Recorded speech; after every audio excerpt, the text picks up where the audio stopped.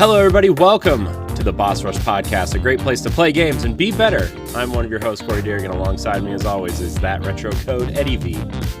That man is the best. Hello, everybody.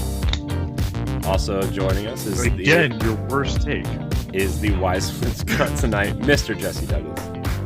I agree. Batman is the best.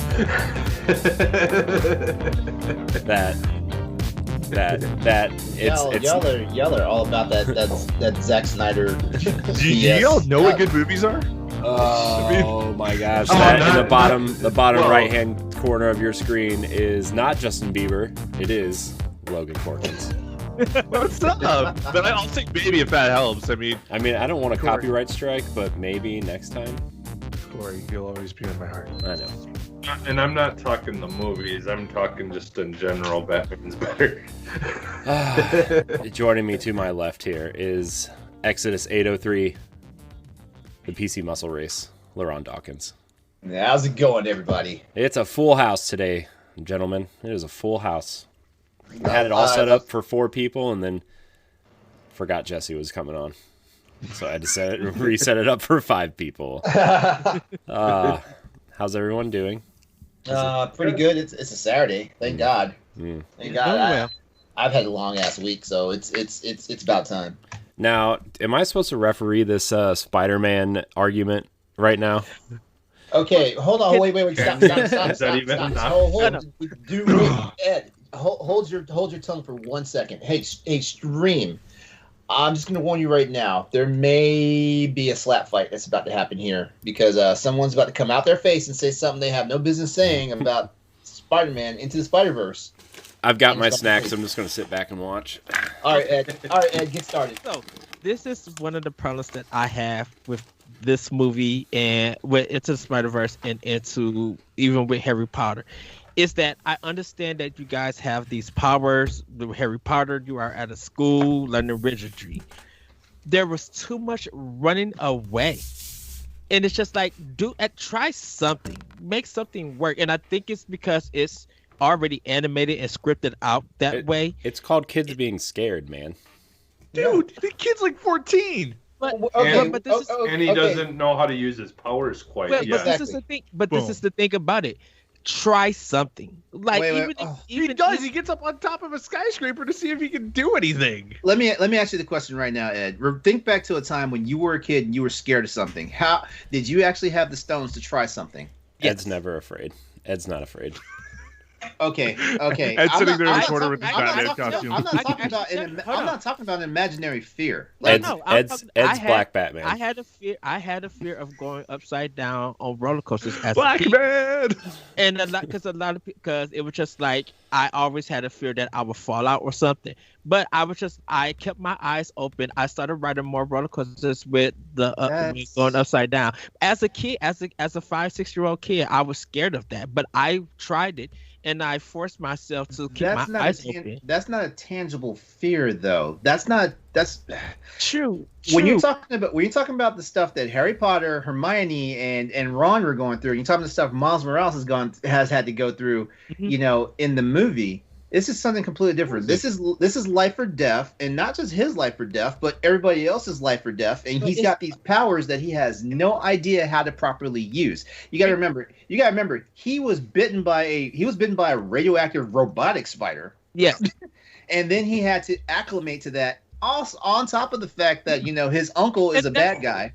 And that's why I said because this is already scripted. It kind of felt like everything almost felt the same plot point by point, that he continues to run, he'll do something, somehow he'll escape or get away, and it kept happening in scenes, but, and I was just like, this has to change. You can't. There's nothing wrong with the human being succumbing to their flight instinct on fight or flight. Oh. There's nothing wrong with that psychologically. But that's the whole plot, though, is that at the end he does have to face his fear. He does have to take that risk, and he does, and he ends up winning. Like, he realizes that the courage inside was all he needed. And it's freaking perfect. It's such a great. That's the problem. I love that movie. But that's the problem with me, is that I guess when there's movies that you are in some place that is, if you don't try anything or it feels like you are directing, or it's written that it feels like you're not trying anything. It to me personally, it bores me. And if I'm seeing it over and over and over in a media, in a film or something, I get bored of it. It's just like, okay, do something. Like whoever not wrote or animated, whoever thought it was just like, okay, we need to do this as character development to build up this character, so when it gets to the end, he recognizes something. It feels like you didn't have no kind of creative space to even let that protagonist to do anything. Maybe okay. But it put yourself sounds like go ahead, Logan.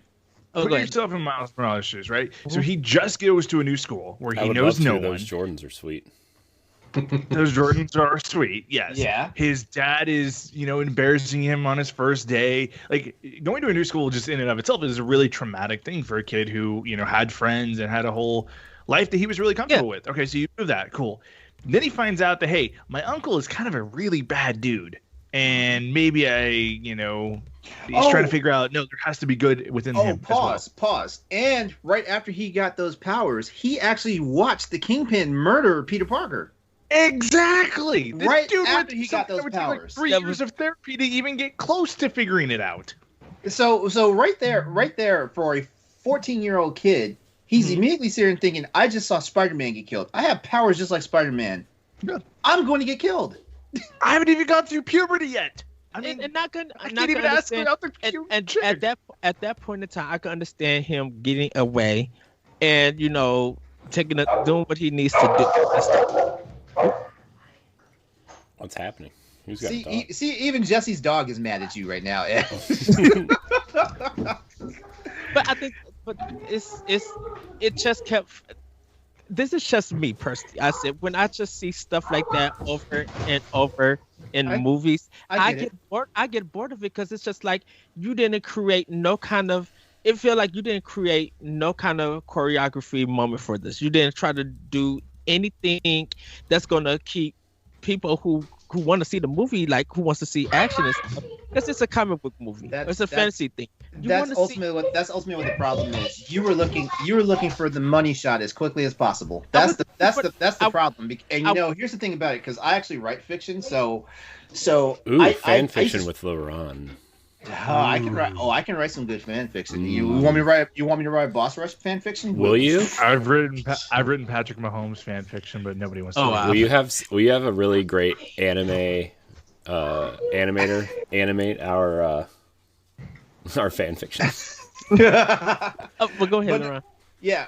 Okay. So what a lot of writers, because this is what happens for the most part. What a lot of readers have to struggle with. They have to struggle with actual things that make sense on a psychological basis. Because if your character is like an instant hero, you're already going to have a section of the hold on.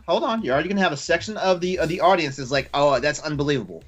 If you have someone that has no type of character development whatsoever, like they stay the exact same from point A of the movie till the end of the movie, you're also going to have another section of the audience is like, okay, this is unbelievable. Like something should change. And I don't want him to be an instant hero. I just want him to try something. And it felt like it felt like whoever animated or whatever they planned for, it felt like he never had to try anything. All he had to do was maybe do something and escape. And it felt like every time he gets into a situation like that, it always happens. With Harry Potter, you are at a school, you got to try some kind of magic.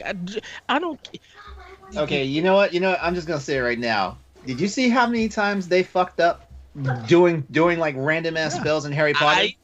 And they're running from giant basilisks, dementors. Ron was throwing up slugs. Yep, exactly. Yeah. Exactly. And Ron was throwing up slugs when he was trying to defend himself from fighting a bully. I mean, I don't know. It just kept feeling like. It's been a while since I've seen Into the Spiderverse, but I guarantee you, when you're saying like he needs to try something, I guarantee he tried something at least once or twice in the film and fucked up.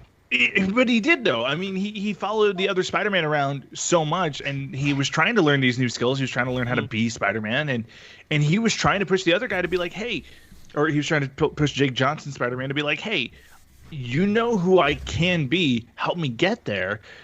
Because everybody needs those people in their life. Everybody needs that mentor to come in and teach them the best way to do it. I mean, So, unless they're Link from The Legend of Zelda. Exactly. Or, they're, never mind. There's the big moment of him saying, look, I want to be a hero. I just have no idea how to do this. And I think that in and of itself is him trying. And that's him putting himself out there and saying, this is a realistic way for me to get to be the Spider-Man I know I can. I see the potential. I just don't know the path to get there. You want to know? I think it's when movies when characters actually get a power and they are with a mentor, and that mentor is kind of with them, training them throughout. I won't say in a montage sense, but maybe like 25 minutes throughout the movie, before something like really big happens. I guess I have seen a lot of that, and it feels like that character has grasped onto that, or something. Can you guys talk a little quieter? Jesse, you're not muted. Oh, I'm not? No. No. Oh. That's weird. Oh. Well, okay. Yeah. Something like Jesse just told us to shut the hell up. That's what that was. No, the kids are talking. Oh no. I guess it's just me seeing that when there's been people who like get a new power or something, they do get a mentor. They spend 25 minutes of the movie of them learning, and some of that stuff sometimes come into play. That I'm so used to it. I think when I feel like most of those action parts that happen, when there's a whole bunch of running and it feels like nothing is being done, like you're not trying. And I understand he's not thinking on his feet.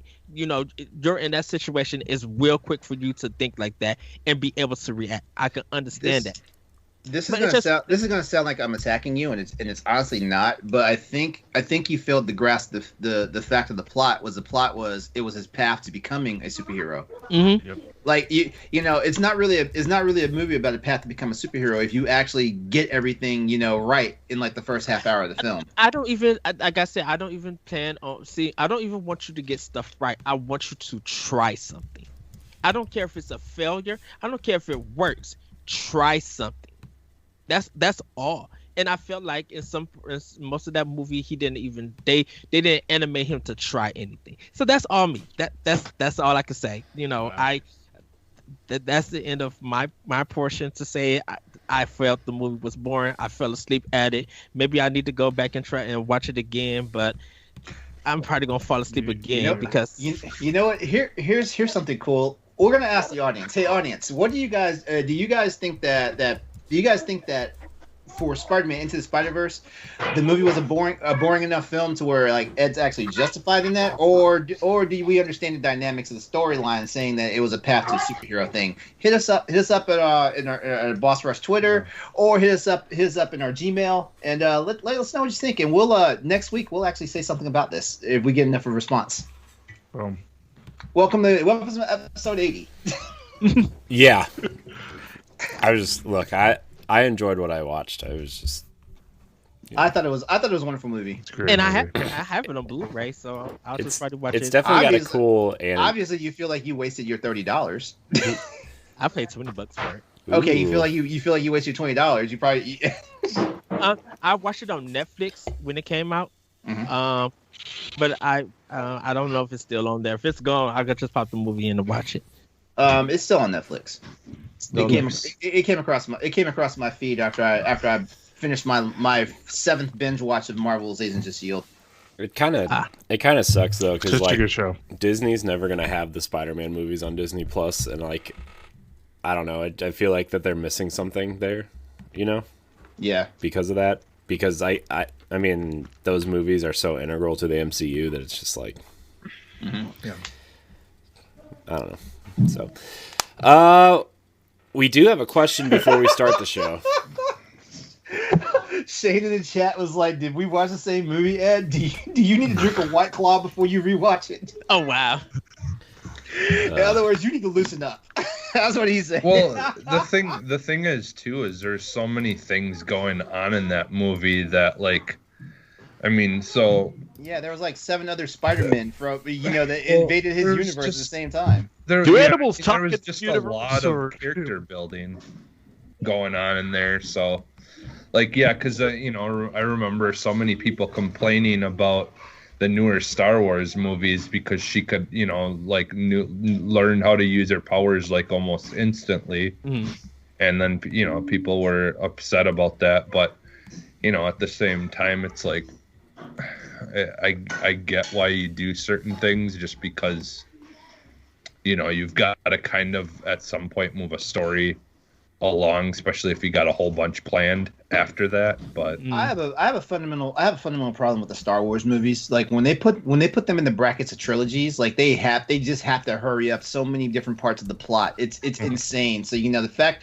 that Rey like was able to grasp her powers so quickly in the Force Awakens, that didn't surprise me at all. Honestly, it didn't because Star Wars has its own problems with storytelling, and I love the one shots better, like Rogue One, even Solo. Yeah. Like I can't believe it, but I enjoyed Solo, and that was a movie I tried to avoid like the plague.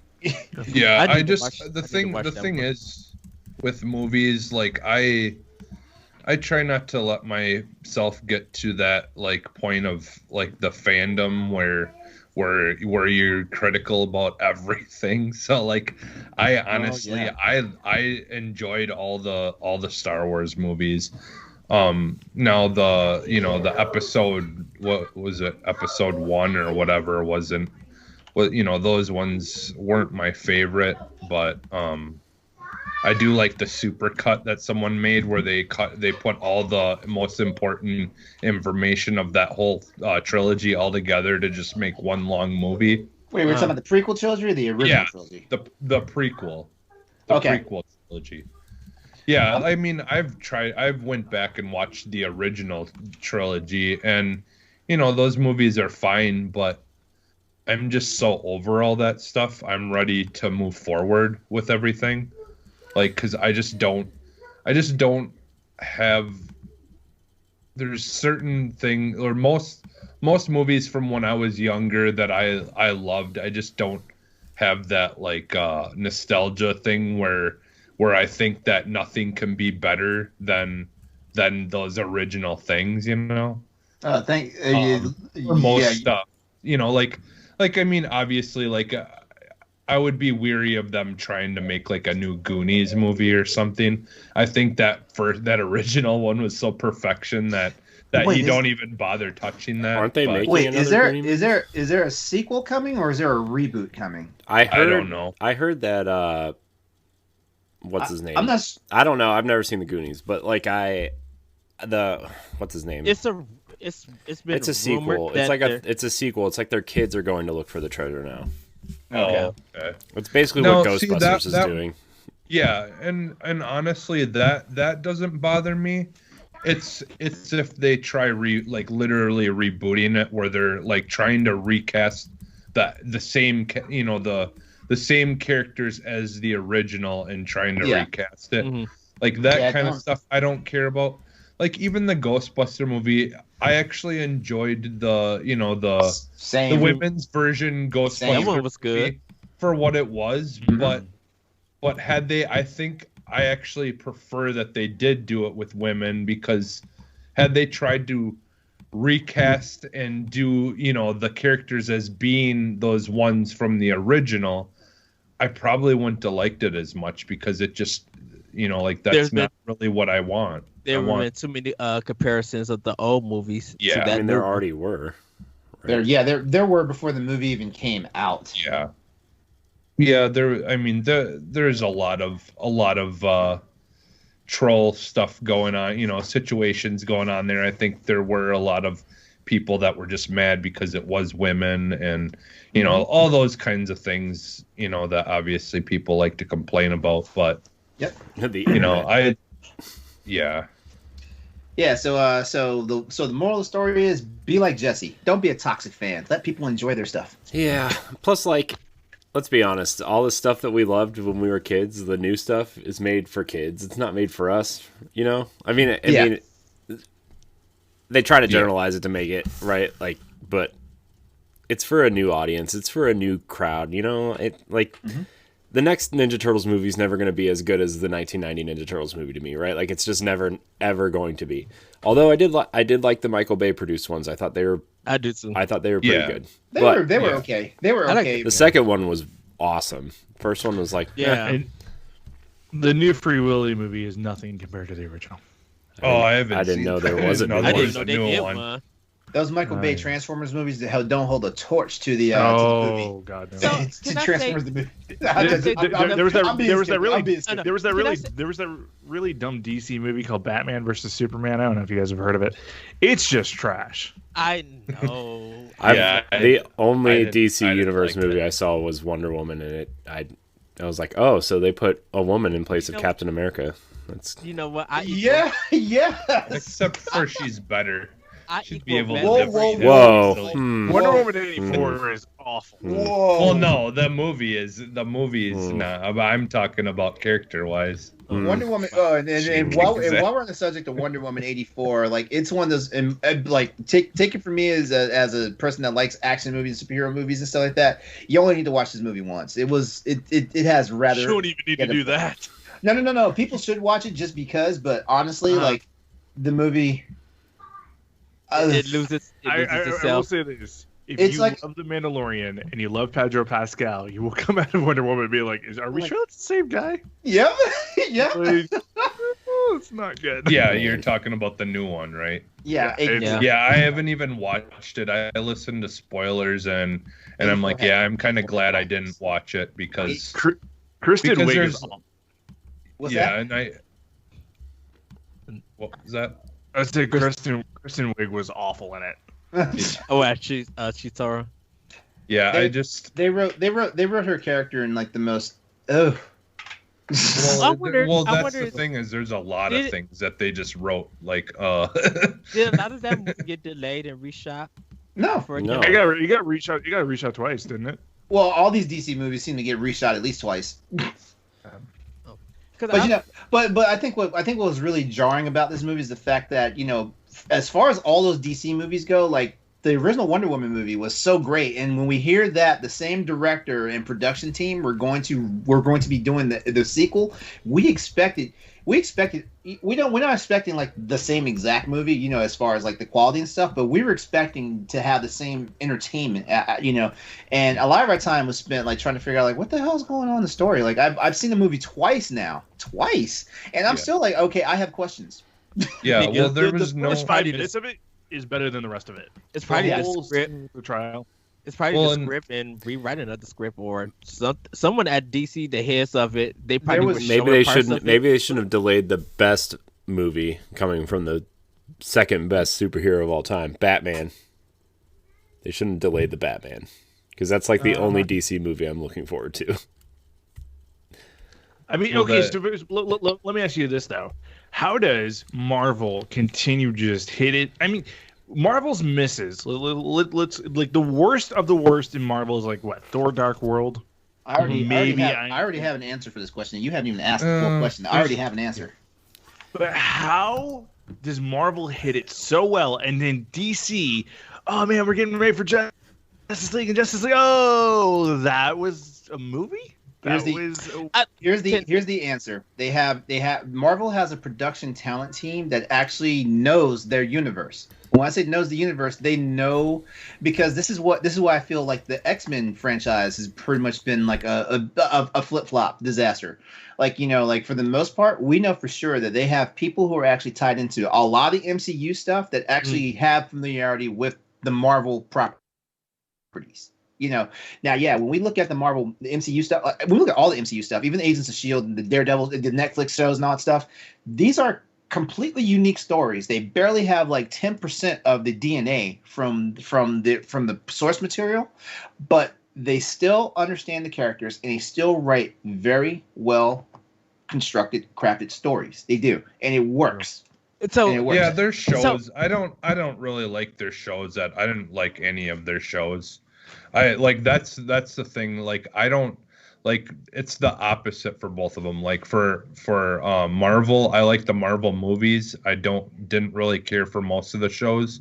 Like WandaVision is probably the first one that I actually am really enjoying because it because it's doing something a little different it's also the that's first more interesting. It's also the first show that's developed by the same studios as the movies. So and then DC like, except for like the Dark Knight, I did like the Joker movie that recently came out.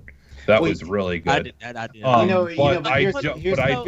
I don't care for as many of the movies, DC, but I loved all the shows. Like I loved Flash. I loved the Supergirl and like all those shows, even though they were on the CW or whatever. I enjoyed them, but I feel like those people that were doing that actually were following more of the comic book stuff, and the people working on it actually knew more about the stuff, like and were doing it right. So Logan, to answer your question, like for me, I think DC is great at the animated movies. And their animated movies are second to none. You know what's crazy though? Almost all those animated movies though are following the same plot line. There are some that differentiate and stuff like that. Yeah. But for the most part, they're all still following the same path. And we have Jim Lee to thank for that. Because when he came out with Justice League, not Apocalypse, the one that was basically a rewriting of the Justice first League Dark. No, not Dark. No. I'm talking about. It was the one that basically like brought the Justice League together and introduced Darkseid, because that was a retelling of the first 6 issues of the New 52 Justice League comic. Yeah. And after that movie, everything else seemed to kind of go along with that path. Even the Young Justice cartoon is kind of going with that path. And I think the DC animated world, like with their TV shows and the cartoons, a lot of people really love that and stuff. And Marvel just been able to hit it off in the movie, the movie world, because like you said, around the production, the writing, all of that just fits well and everything. And when you get a good director, of course you're gonna bring out a good movie. I think DC's movies are trying to go so much for some kind of stylized comic book thing, but it doesn't work for. Well, here's the main problem with DC. Here's the main problem with DC's movies, the DC universe movies, is the fact that there's no real cohesion. The only cohesion they have is like, hey, like it's all supposed to point back to like the Justice League, but beyond that, like they still let the story writing do whatever it wants to do and stuff like that, and it can't work if you got all these different properties and they're supposed to make the ensemble cast for the main feature titles. They still have to follow like a set path. I mean, like look at how all these comic books have been doing it for decades. Like every comic book, even though like X-Men is different from Avengers is different from Doctor Strange. Doctor Strange is different from the Hulk is different from Moon Knight. All this stuff. Ultimately, though, whenever something major goes on in the universe, all those comic books get in line and go in that parallel direction. It's for some film viewers, they don't know all about that. The film viewers don't have to know it. That's the thing about it. The job. That's the job of the directors and the producers. They have to make sure that it still goes a set way. But no, everybody's being all willy nilly about it, and oh, you know what? At any time, Wonder Woman can drop out, and all of a sudden it's her and Aquaman or something like that. Things like that. It's like the wild, wild west for them. Oh, go ahead. It's like such a testament, because like when Marvel was coming out with, what was it, Winter Soldier, the collapse of S.H.I.E.L.D., at the same time Agents of S.H.I.E.L.D. is saying, hey, look, hit that, yes, freaking hit it, and they nailed it out of the park. Okay, Coulson helped figure this all out. Yeah, he can't tell Cap that he's alive, but he hinted at it, and like everything was going so well together, and DC just fails on that. And like DC has so many things that does great for it. I mean, their video games. I can't wait for freaking Gotham Knights. That is a game that has me hyped beyond belief. And their comics, yeah, I love reading DC comics. But at the end of the day, I love Marvel so much more because they've given me a cinematic universe that I love and that I genuinely want more. Like Phase 4, cool. We're not getting an Avengers movie. That's fine. Build all these cool origin stories. just continue on the great path that they've been on for the last decade. I think The last thing I want to say on this topic is, as far as I'm concerned, is the reason why, in my opinion, like Jesse probably didn't appreciate he didn't like the actual like Marvel TV shows, is because they committed a cardinal sin. All those Netflix shows ignored Agents of S.H.I.E.L.D. They ignored it. And yeah, because I did like Agents of S.H.I.E.L.D. So good. I didn't keep up with, like, I don't know, I didn't get a chance to finish it, but I think I watched through season 4 or so. Oh, you got through the best season. Oh my Such a god! good show. Oh my Such a god! good The Agents of Hydra season and the Element season, Yeah. Ghost Rider. That is the best. Yeah. In my opinion, that's the best season. But and I feel like every season, starting halfway through season 1, has been great. I feel like it, but man, like it's.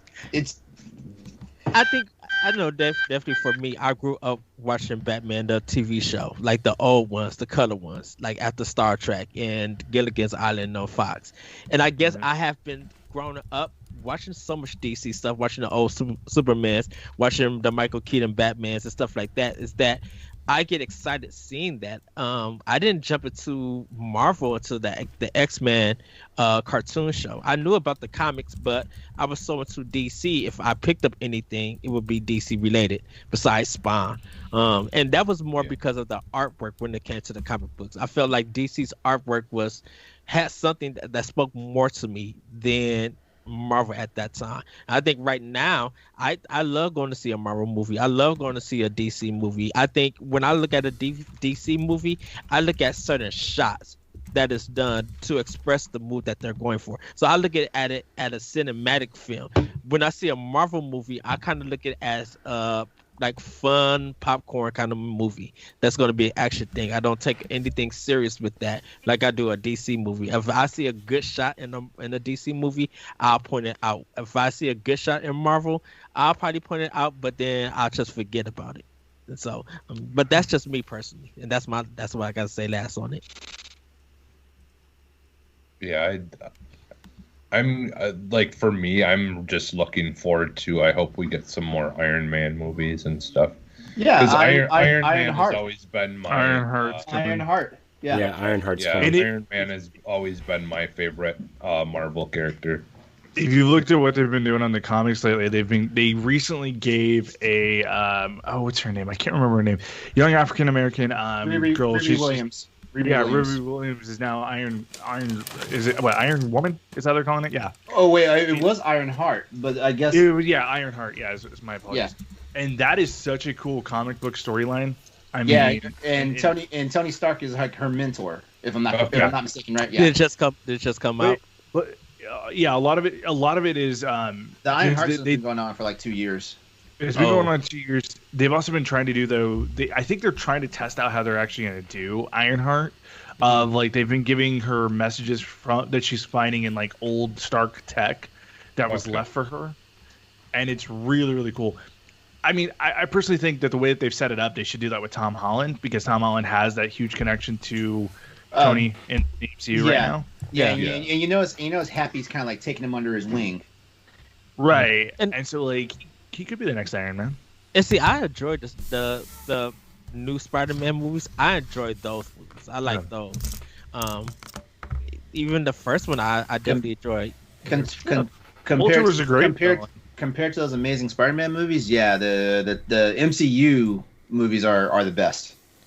Yeah, Andrew Goldfarb missed, but it wasn't necessarily his fault though. Too, he had some weird directing in each of those movies. But I didn't love those.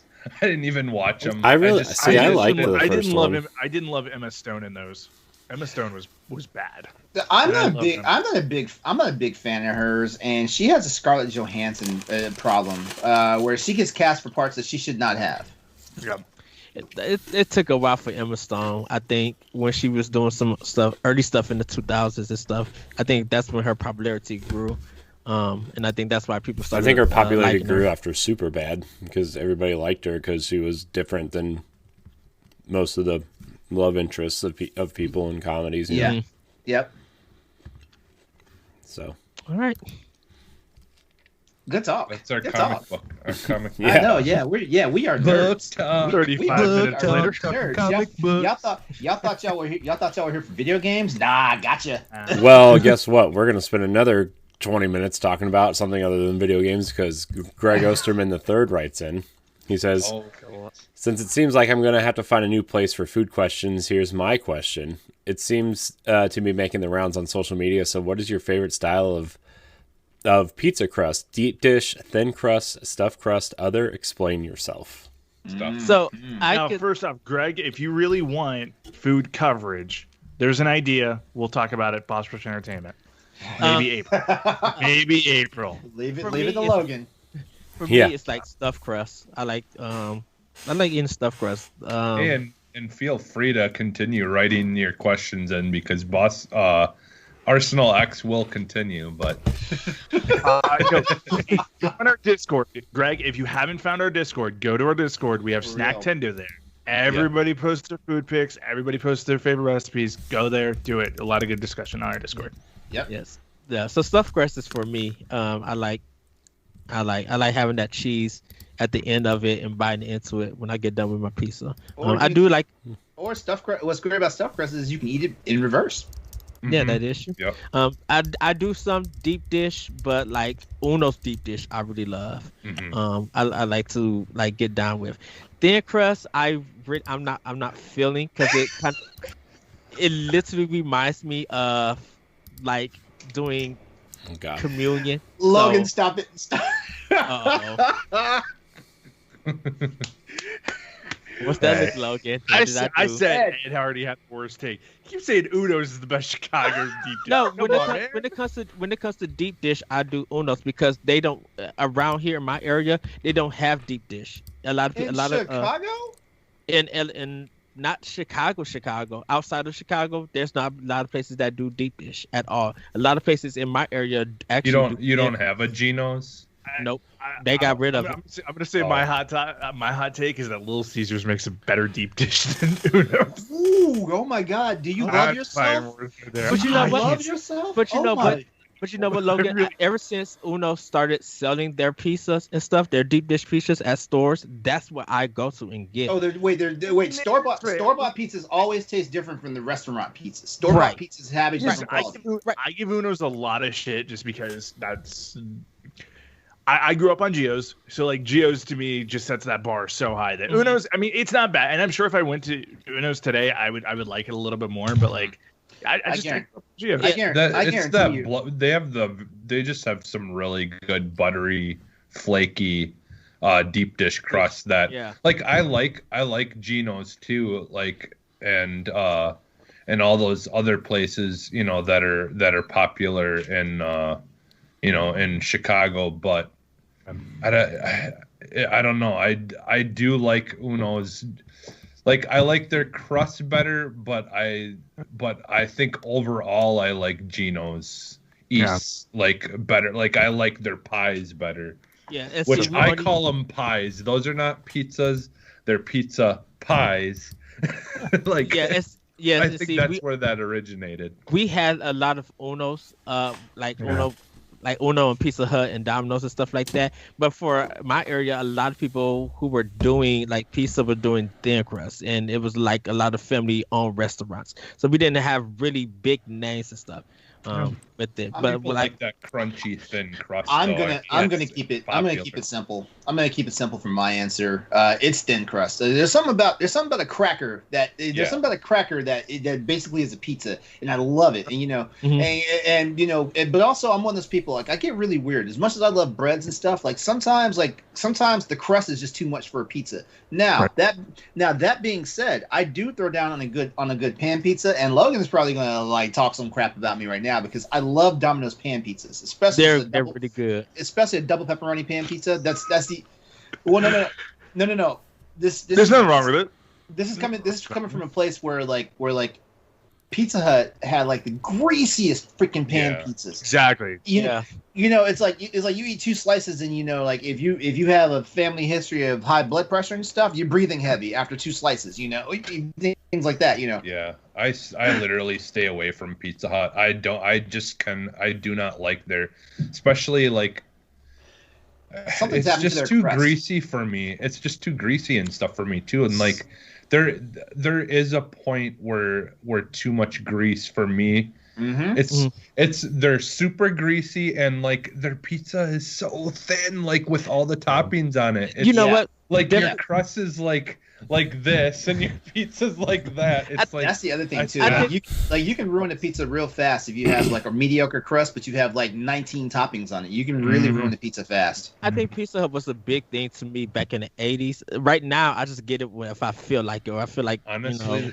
I the one thing that they have that I wish more places had is like I wish they had the salad bar, like because like that's the one thing that I liked about Pizza Hut is the being able to go sit down, have some pizza, have a salad, whatever, and like you actually feel like you can get your money's worth that way, but otherwise, I just drink their Pepsis a lot at Pizza Hut. Yeah, so okay, here's where I go. Yeah, Pizza Hut I think is the worst of like the big chain stuff. I've never been able to get into Pizza Hut. If I have to go with like a fast food style pizza, Domino's is decent. Their pan pizza is not bad at all. Domino's is my go-to for like just like chain. Domino's is just a good go-to. I think I like Domino's because it's dry. Like it's not it's not super greasy. It's Exactly. Yeah, and that's it's just that's why I like Little Caesars too. Like I know a lot of people guys, love to hate Little Caesars. If you guys but mention Little Caesars actually one more try their time, stuffed crust. Their stuffed crust actually at Little Caesars is actually pretty damn good. Now, the last time I you saw think Little it's- Caesars Little pizza, Caesars pizza, and you wipe all the grease off, then it's edible. See, ours I don't have as much problem with grease. let me tell you, I honestly like compared to like a Domino or Pizza Hut, it's like I honestly don't have you guys think I'm exaggerating right now, but every time y'all say Little Caesars pizza is I'm starting to look for Pepto. Like, oh my oh my god, let me tell you about my Little Caesars experience.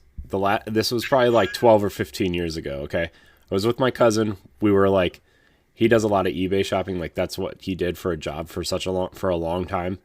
And we would go like all over the place. And like I would go with him sometimes just to hang out and stuff. We went to a Little Caesars in Kmart. So that's gonna tell you one thing.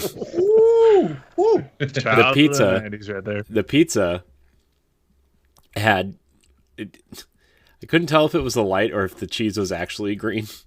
Oh. If it was the light. No. But we were so hungry because we hadn't eaten all day, so we got a hot and ready pizza and just sat there and ate the whole thing. Literally 10 minutes down the road. 10 minutes down the road, we pull off this exit. We didn't even know where we were. We pulled into a Target, and we just spent like 10 minutes just shitting in there. Everyone had to run. And we made his friend get off the toilet and go out to the because there was no toilet paper in any of the stalls. We made him go to the aisle where the toilet paper was and bring it back to us. So wow, it was bad. Yeah, see, I've never had any bad experiences with it, but they also can be a situational thing, like Every city I've lived in, because I live in a metropolitan area, so we've got seven surrounding cities around me, and every city that I can touch, by spreading my arms out. I have yet to have a situation with Little Caesars where it didn't. The only thing I get at least Little Caesars these days is just the crazy bread. That's the only thing I get. That's the only. I do not go there for the pizza. I would eat Little Caesars if someone else is buying it. I would not walk into a Little Caesars at all. If you're paying for it, I'll eat it. I'll have one slice and call it a day. Other than honestly, my favorite though that we have is we have a Jets pizza here. And so I know that's a little bit more on the greasy side, but it actually it's at that like exceptional point where it's not too much. There's but a time and a place. their turbo crust stuff is like with all the seasoning and stuff on it, it makes it so much better. It's crazy how good See- that stuff is. To me, the best overall is just anything New York style. I love a good New York Yes. stuff. Yeah. Something I can fold, something I Mhm. can eat with one hand. For real. New York City Little ruined bit. pizza for me though. Like anytime, Exactly. it's just like when Wait, my the wife and New I, York City pizza? Yeah. New York, actual Yeah. New York pizza. Okay. yeah, when my wife and I went and we would get like a dollar slice or whatever, it's just like any pizza from New York just ruins all other pizza. Every other pizza So good. I've had since I've Yeah. had New York pizza is just okay. Period. I can I've agree never on had. that. I've never had New York pizza. There I can is actually something agree on magical that. to just walking around Central Park with a slice of pizza. Like that's an experience everyone needs to experience in their life. hmm It's so good. Yeah. Anyone does Papa John's or No. Papa everybody John's? just like, No, they No. put their toppings The under only- the cheese like animals. Yeah, the only time that I've ever enjoyed Papa John's is my my sister's fiance and a bunch of friends would work there, and they would just let me make whatever kind of pizza I want with whatever toppings on it, and then Yeah, 'cause then I they was- would in my just bring opinion- it home, and because they would make it as theirs that they could bring home, and they would so we didn't have to ever pay for pizza.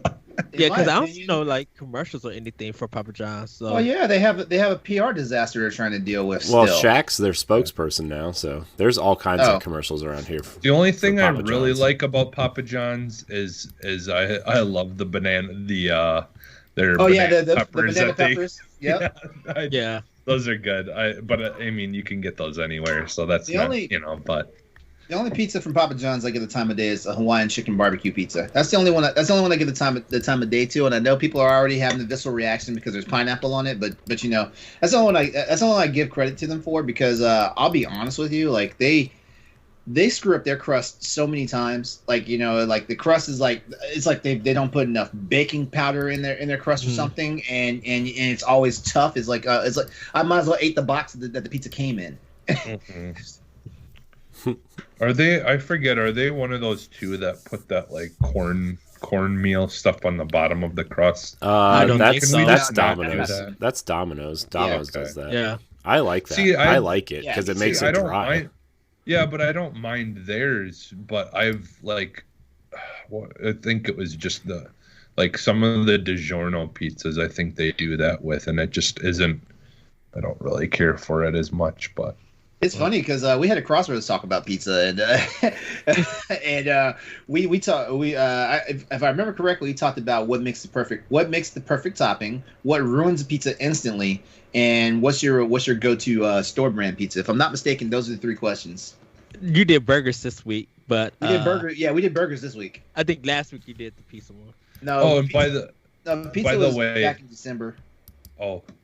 By the way, so like mine, I do like stuffed crust as well.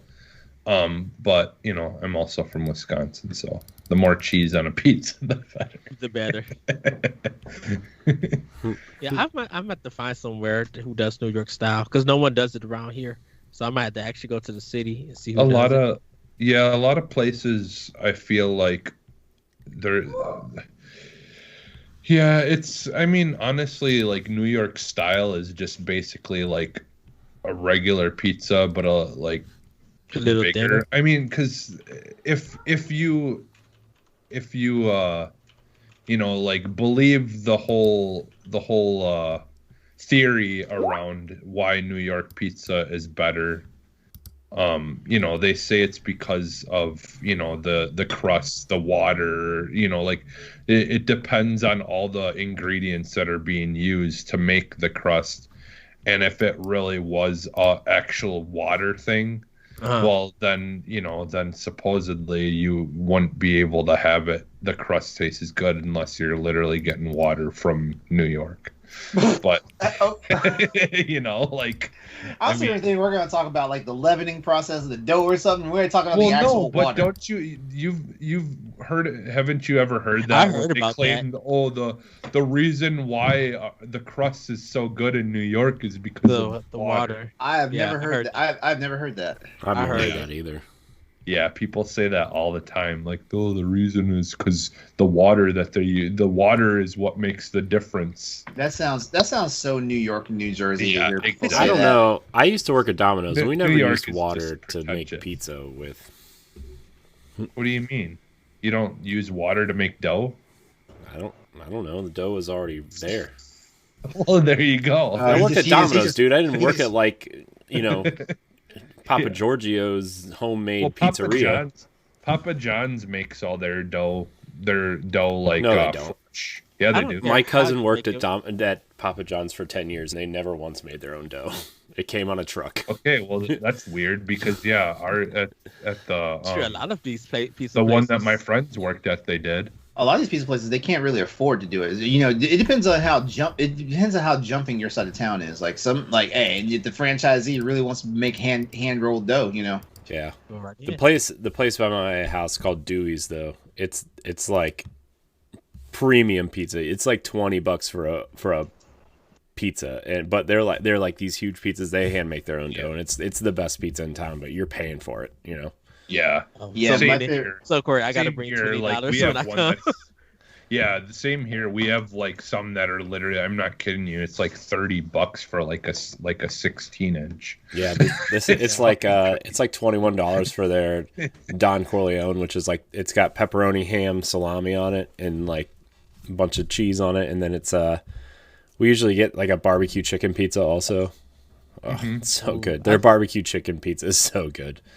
It's got corn and black beans, kind of like a mixture on it with some. Okay. Oh, it's so good. It's really good. I love a good BLT pizza. I like A I like a a good cream. BLT sandwich. Yeah. Sandwiches are good, but I think pizzas are better. BLT pizzas are better. So Corey, I'm bringing $20 extra for pizza. You better bring when I like come. $70 extra. Oh, you I'll owe have- me.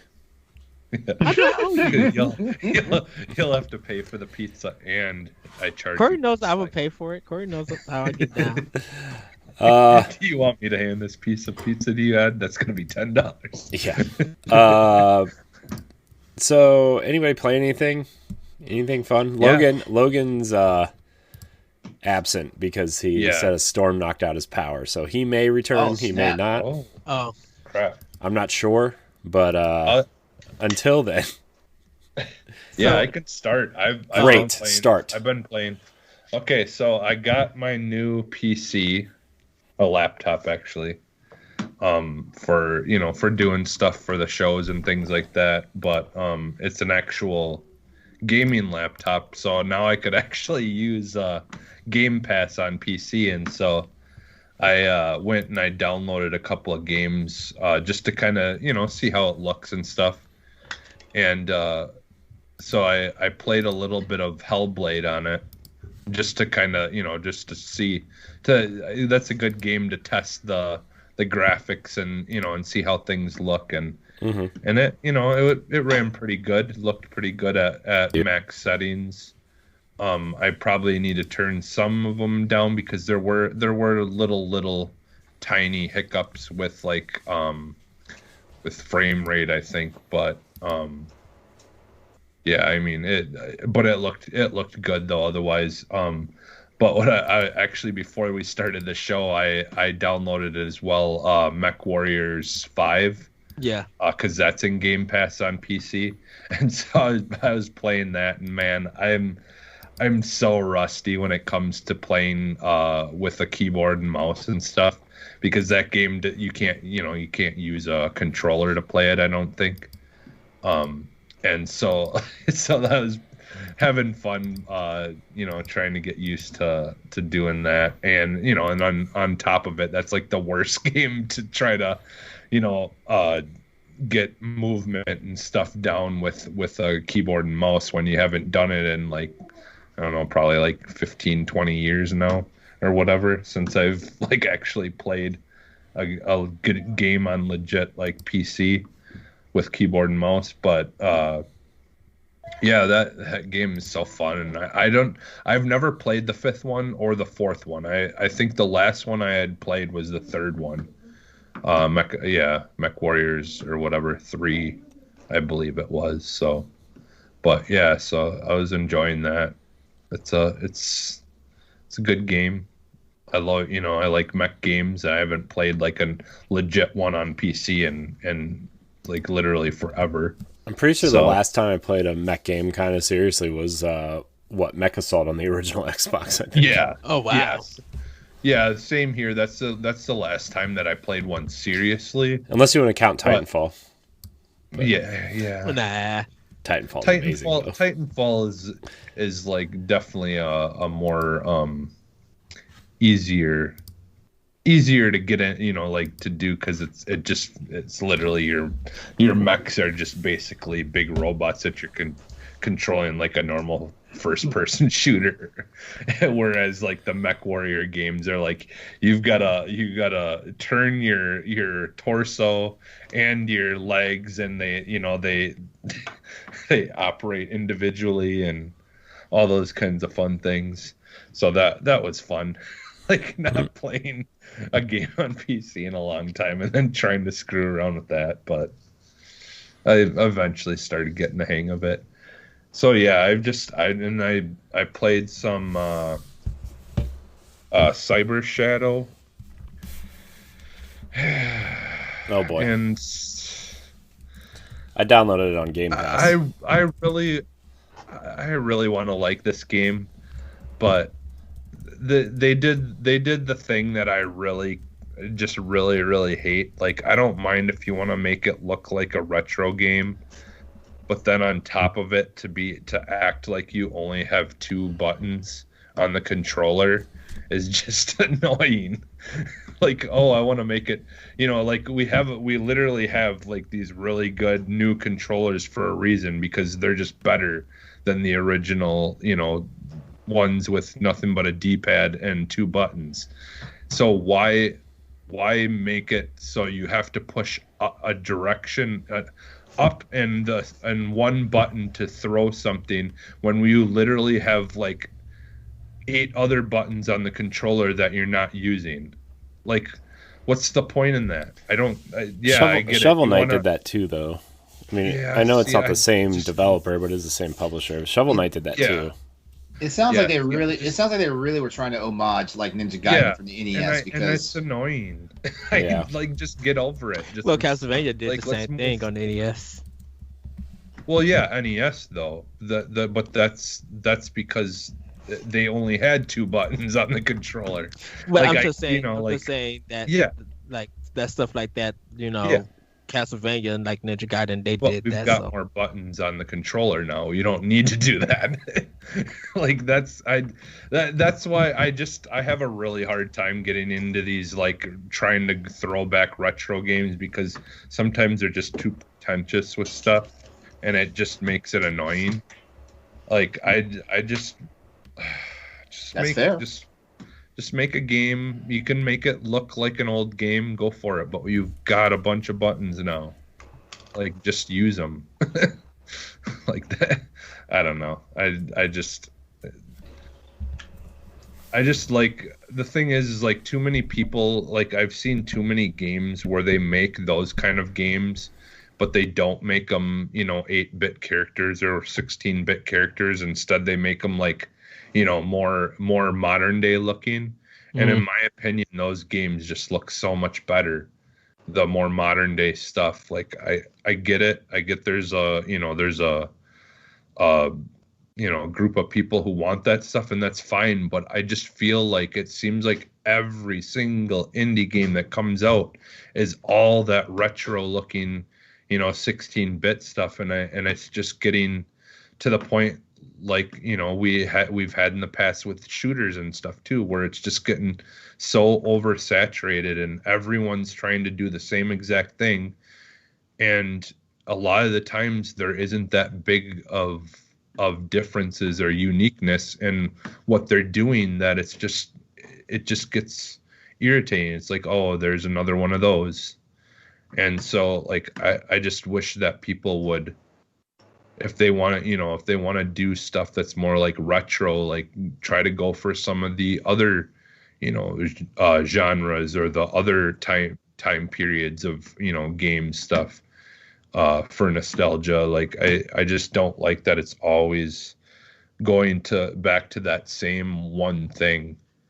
And yeah, I think that's the thing, is I love indie games mostly. Like, honestly, like, I buy more indie games than I buy anything else. And it's just upsetting because like I feel like there's just too much of the same thing coming out like lately within the last couple of years, honestly, where it's just always been that same thing over and over and over again. It's just kind of getting repetitive, and like I'm just getting kind of sick of it, like especially when we have things like I'm looking forward to like Tunic for sure.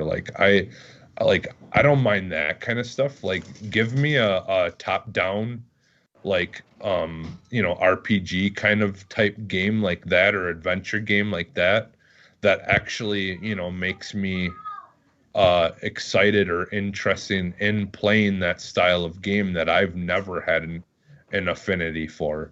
Like, I never really got into the original Zelda games. Like, I played them, but I just, for whatever reason, they didn't really catch my attention. Yeah, like they didn't do it for me. Like my likes have changed though, quite a bit since I was younger. But I mean, like there's a lot of other types of things like where you can go for that retro style without having to make it 16-bit sprites for the characters. You can make it look modern, like things like Ori. Like Ori is probably one of the most gorgeous looking games like out there, as far as like not going for realism. And there's just so many other things that you can do to make your game stand out. And I feel like too much if you keep on going back to that old school retro look, I feel like a lot of times those games are just going to get lost.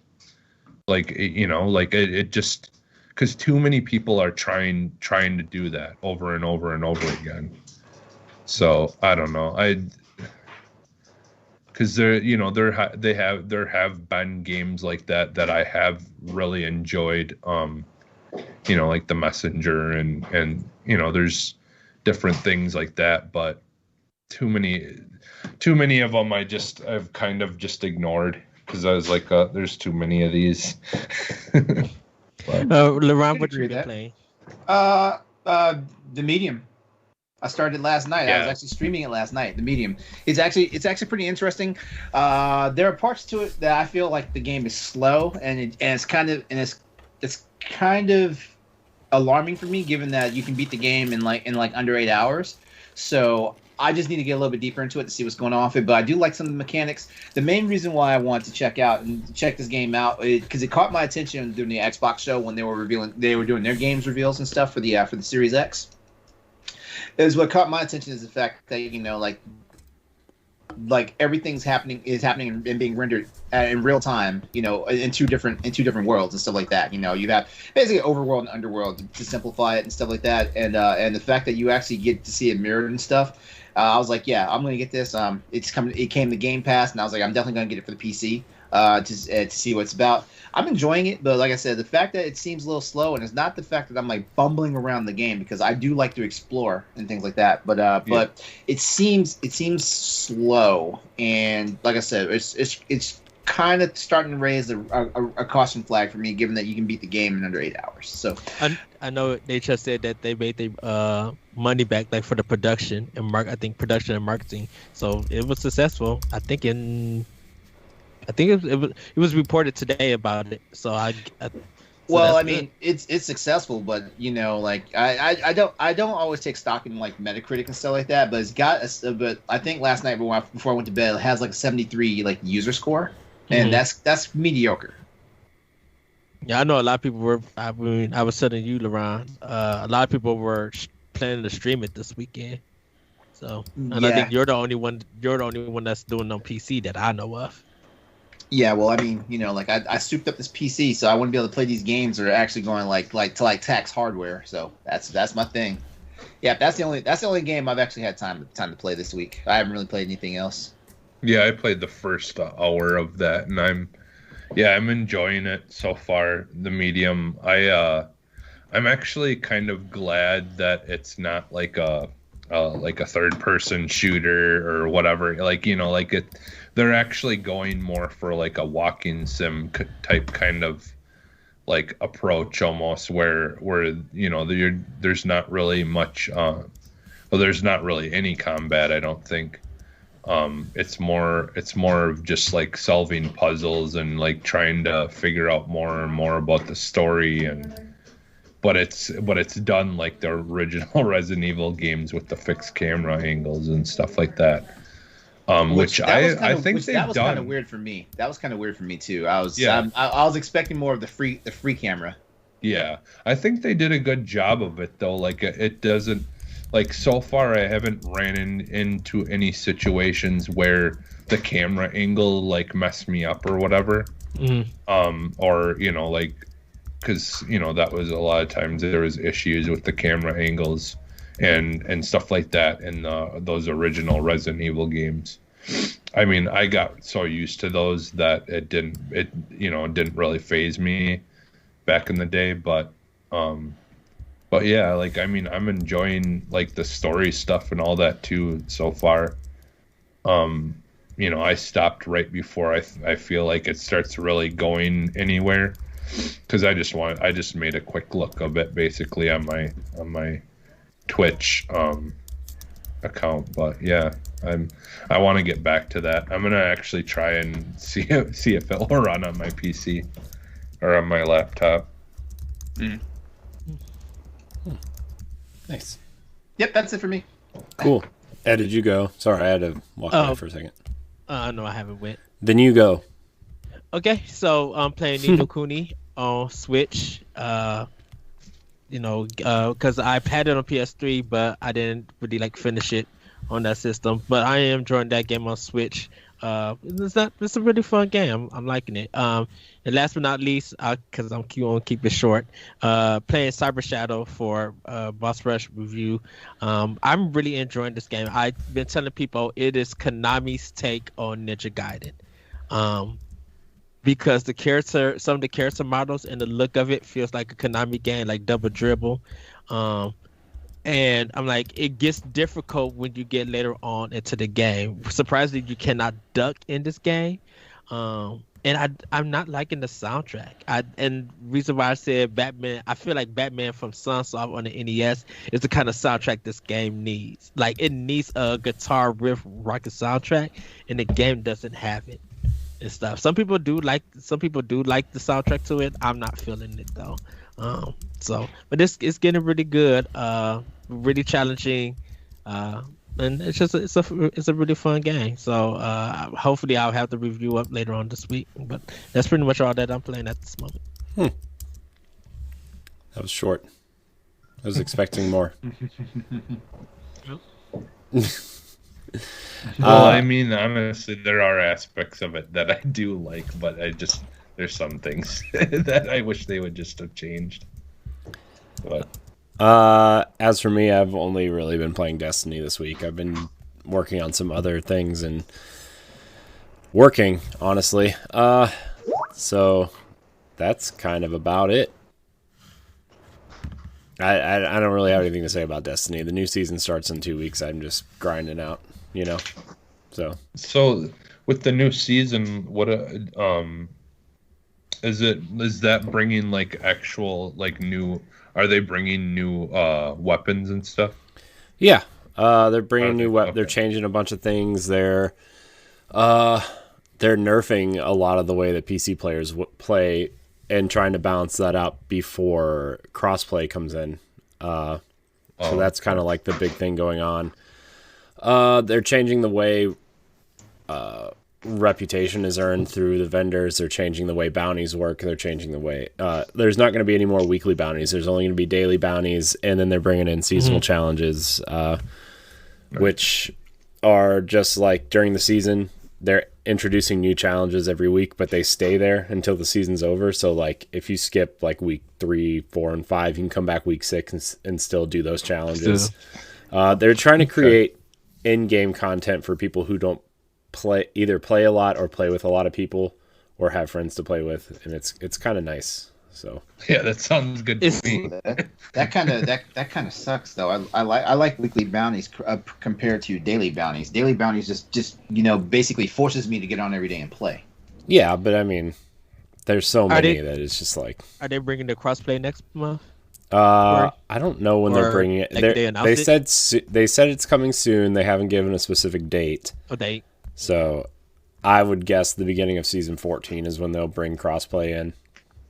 Because I think they want to see how mouse and keyboard is balanced against controller players on PC first. I think folks gonna get raped.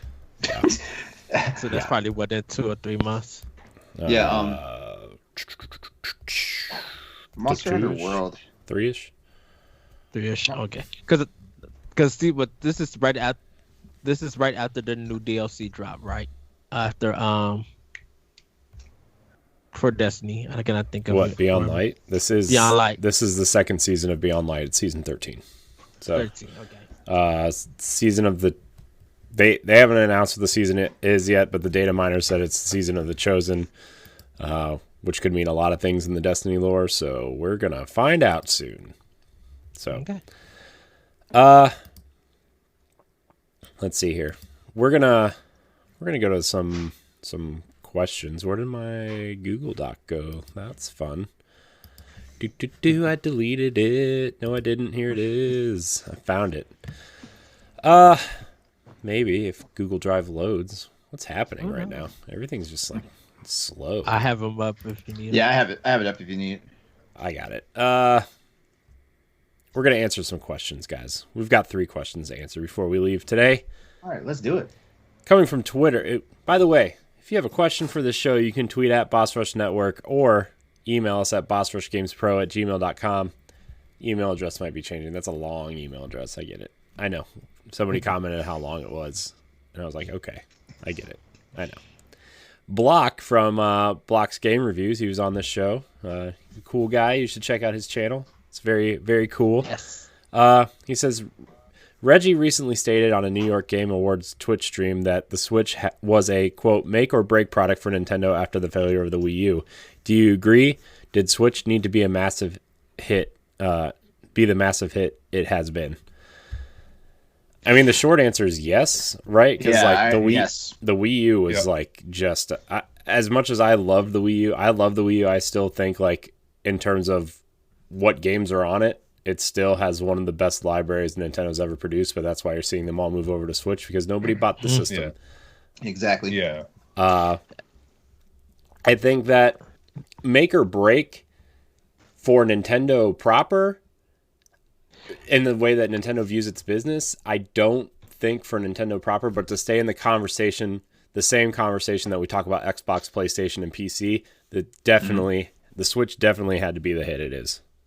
Yeah, I can agree with that. But here's the thing about it: like I don't feel like it's make or break. It would have been make or break for them because what would happen is they would have just continued to run 3DS into the ground. Mm-hmm. You know, if the Switch, or they would have just made a new one, a new handheld. Well, the Switch technically is the new handheld, but for some strange reason, if no one adapted to the Switch the way Nintendo would have probably projected, they would have just continued because you notice it took them about 2 years into the life of the Switch to finally say, okay, 3DS is going bye bye.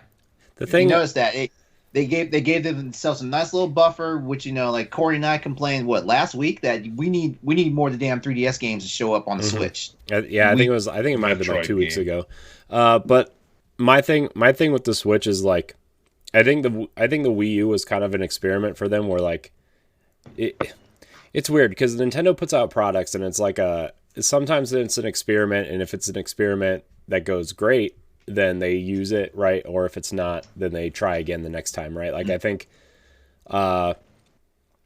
the Switch is virtual boy. I think yeah, we got Labo out of it 20 years later. My thing with the Switch is like it's the realization of what they wanted the Wii U to be plus the natural progression of their handhelds. Yeah. So and with that, I mean like the Switch is what they wanted the Wii U to be, right? Like a game console that you could sit and play in your hands if you're watching TV or play on the TV, right? And this is just the way better version of that. For me, I think it's the cost that they was wearing. I do agree. I don't like I said. I don't think this is a make or break kind of product. The Switch. Nintendo always talks about innovating in the games. They always want to do and do different things. And I feel like with the Switch, they knocked it out the park. It was more of let's prove people what we are really about. We're not just this gimmicky kind of company. We are about games and everything. And people who thought that the system wouldn't have any games, it was the games that brought them. When people realized that the functionality of Switch of taking it on the go and playing it at home and everything, like it was fitting a lot of people's lifestyle. Definitely for our parents and older gamers. I don't think it needs to be a massive hit or anything, due to the fact that if it's a massive hit, that would mean that they would need the money in a financial sense, and Nintendo got banked like crazy. Definitely with amiibos and all the stuff that they have from the Wii U. So, I think they just need to show how their innovation fits into your gaming lifestyle. And I think Nintendo didn't need so much a massive hit with their next system. They just need to make sure that it didn't repeat the same performance as the Wii U. That was the major thing. Nintendo would have survived on their handhelds alone. And the Switch is a glorified handheld, but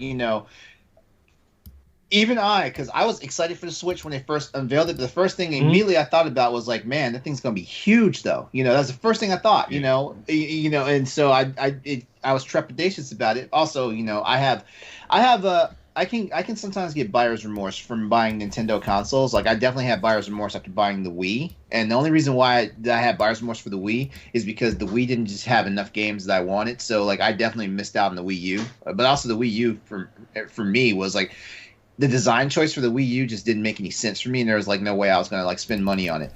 It definitely in that time. I'll keep going back to the financial look at this when people say massive stuff. Nintendo products continue to make the money when they sell out the box. Sony and Microsoft, when they bring out a new console, they're going to lose money for a good 2 to 3 years. I don't know how PlayStation 5 and Series X is doing. That's not true, because they've made a profit on every single console day one since the GameCube. They've came out and said that. What, Microsoft and Sony? No, Nintendo. No, since I'm talking about.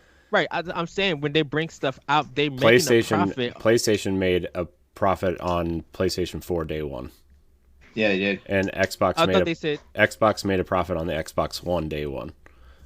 That was their big push last time, because they thought remember that big conversation when the new consoles were coming out that consoles were dying, especially after how not well the Wii U did at launch. They're like, oh, everybody's going to move to phones and PCs, and the console people don't want consoles anymore. They will just want to go, and the 3DS was kind of like in that space where like the 3DS cost $250. Nobody was going to pay that for a 3DS, right? And that's why they dropped it $80. But the big thing was like, we have to make a profit off these boxes day one, or just in case like nobody wants these things, And that was the big push, Sony, and that's why.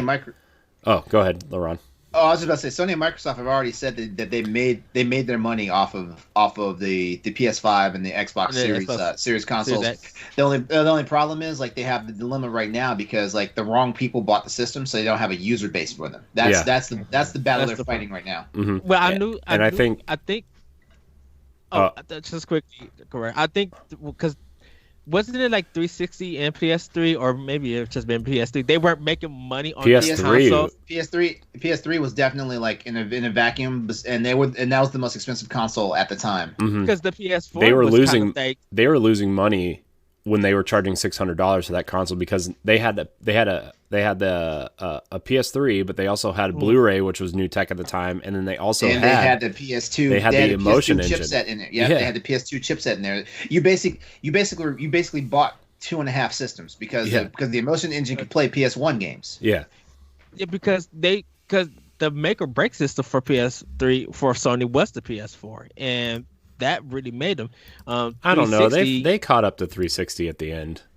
Well, and if you look at time of release to the end of the generation, like per year, PlayStation 3 actually averaged more units sold per year than the Xbox, but like Xbox dominated the first 2 or 3 years of that generation, especially that first year because it was the only console out. Uncontended, And so like the Xbox was just in the front of everybody's mind the entire time. Plus, like since it was built on more universal architecture, the games ran better. They came out earlier. They didn't come out day and date on PS3. I remember the big deal that like Mass Effect 2 was like a year and a half later, and BioShock was a year later, and like the PS3 could hardly run BioShock, but at the end, if you beat BioShock at the end, you got the trailer for BioShock 2. That's why the PS3 version was cool of BioShock. But like, I just remember all these things revolving around the PS3 were like, oh man, these games don't run well. The only games that run well are first party games.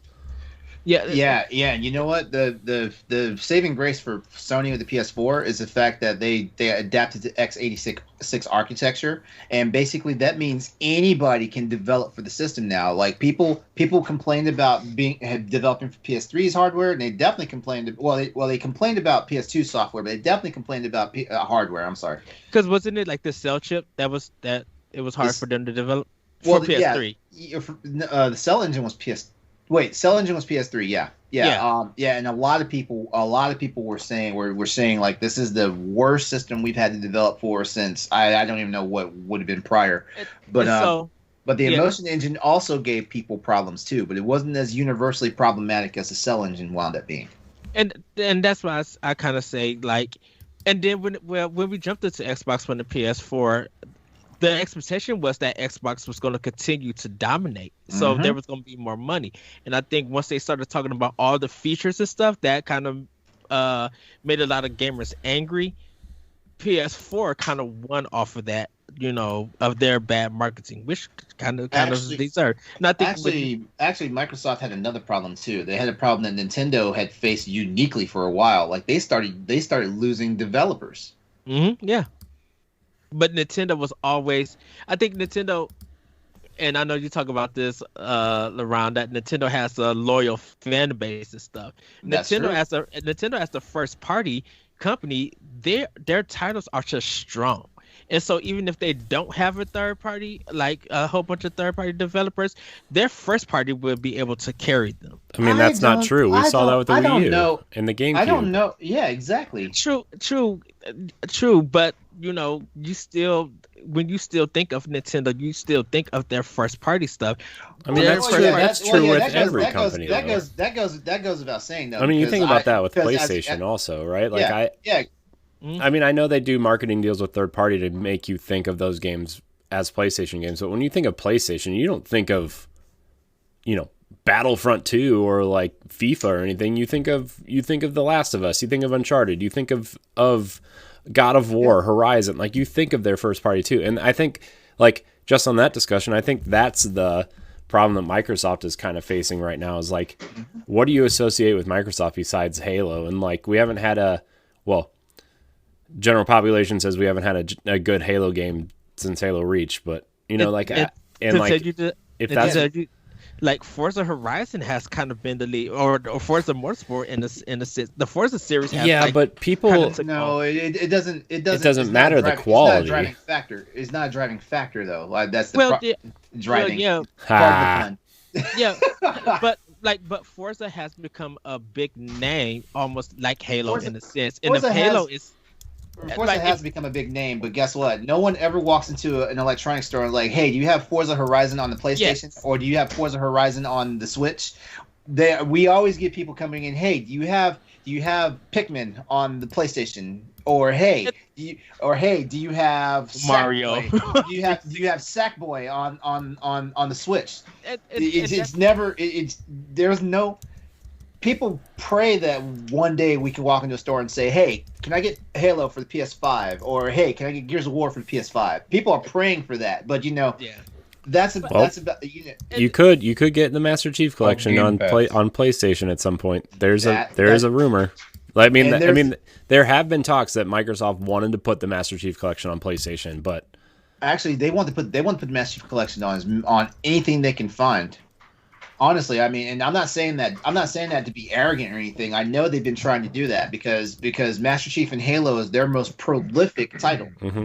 And like it's good marketing, right? I mean, it's why PlayStation put Horizon on PC, right? It's like free. Mm-hmm. You're getting paid to market the sequel to your game by putting the first game on a different platform years after it released on the initial platform, right? And I think that's cool too, because like Microsoft is using that strategy now with like, oh well, you can buy our games on Steam or a select few titles on Nintendo Switch or your phone or whatever, but if you subscribe to Game Pass and you have an Xbox or you use the Game Pass for PC, you get these games with your subscription. Or if you want to buy them a la carte through Steam or whatever marketplace you want to, you can also do that. And I think that's why I feel like with the Switch, definitely with indie games and third party getting their stuff ported over to Switch, and Nintendo's first party with that, I think the Switch just was unexpected to be doing the stuff that it's doing now. I mean, remember the conversations we were having on Nintendo Power Block all those years ago, Ed, when the Switch was like was releasing and like we had Zelda and Bomberman and that was in Shovel Knight coming later and a $40 remake of Street Fighter 2. Like those were the games we were talking about, and we were like, if this is all this system is going to handle besides first party, we have an issue here.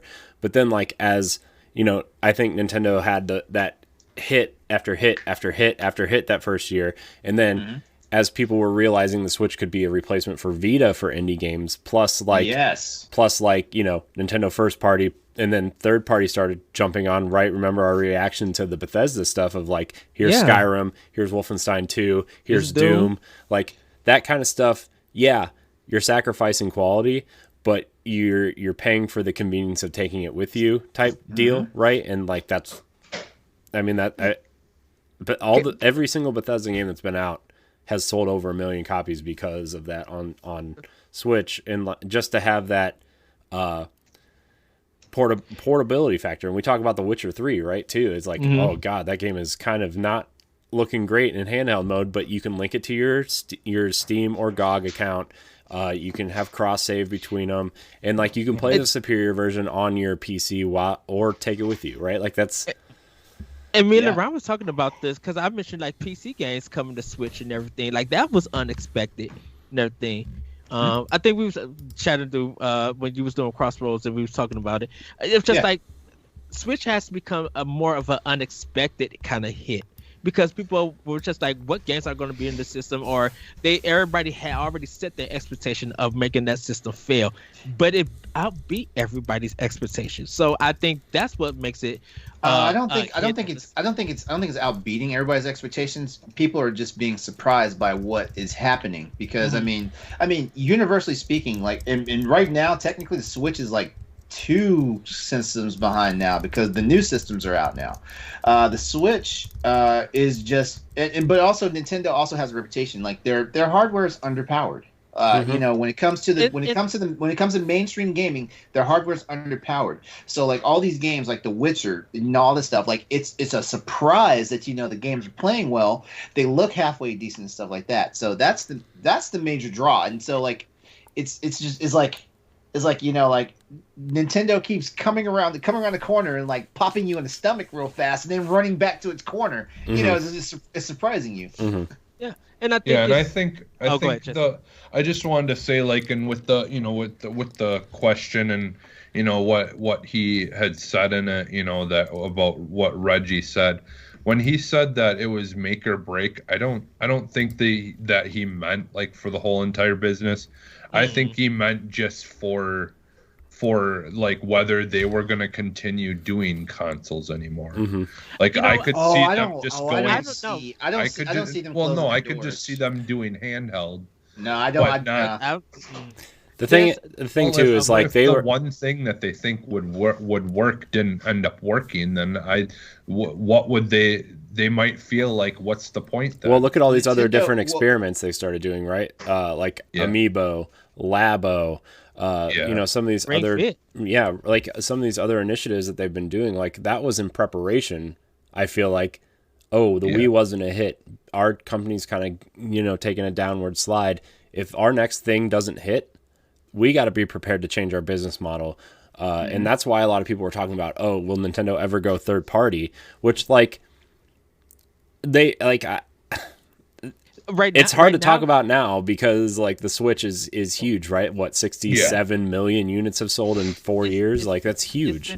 It's been dominated for 2 whole years. Oh, you know, So hold it's on. just like- Hold on, Corey. I kind of garl up in Pal Block's peanut butter on Monday night because they touted that, and I was like, that's the most bloated number ever because I know people who have 4 Switch systems in their home. I'm aware, and I know people have like there's 2 in each house, like 2, 3 in each household, right?